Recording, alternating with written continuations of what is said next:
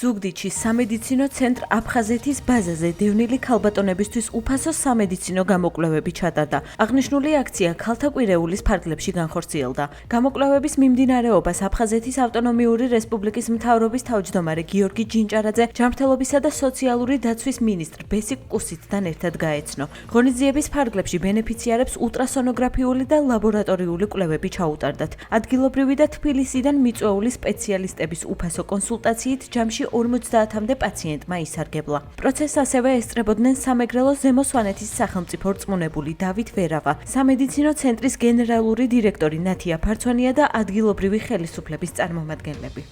აფხაზეთის მთავრობის მიერ ორგანიზებული ქალთა კვირეულის ფარგლებში დღეს სამედიცინო ცენტრი აფხაზეთის ზუგდიდის ფილიალში მოწვეული სპეციალისტების მიერ ხორციელდება ქალთა უფასო კონსულტაცია და კვლევები. აღნიშნული კვლევები უმნიშვნელოვანესია დაავადებათა ადრეული დიაგნოსტიკისა და მათი შემდგომი გართულების პრევენციისათვის.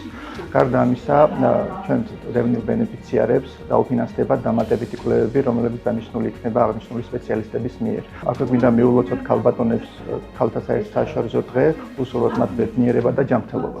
ეს მივიღეთ საკმაოდ ძვირად ღირებული მომსახურება ლაბორატორიულ კვლევებზე. ეს ქალებისთვის ძალიან მნიშვნელოვანია და ამისთვის ძალიან დიდი მადლობა აფხაზეთის მთავრობას.